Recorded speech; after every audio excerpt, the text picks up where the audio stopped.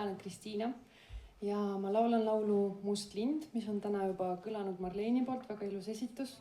Mina teen seda omamoodi ja minu jaoks see laul tähendab depressioonist väljatulekut ja emotsioonidest ülesaamist. Millalgi on kõigil selliseid hetki ja millalgi see lind ikkagist lendab ära.